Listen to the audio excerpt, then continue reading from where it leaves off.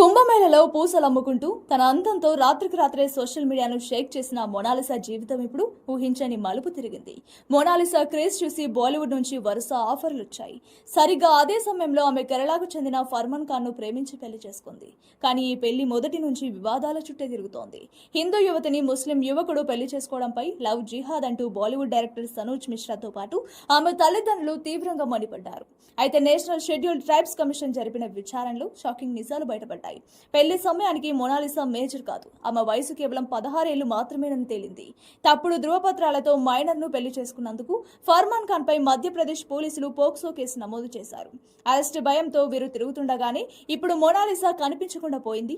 రాజస్థాన్ లోని అజ్మేర్ పుష్కర్ పర్యటనకు వెళ్లిన సమయంలో మొనాలిసా కనిపించడం లేదని ఫర్మాన్ ఒక వీడియో వదిలాడు.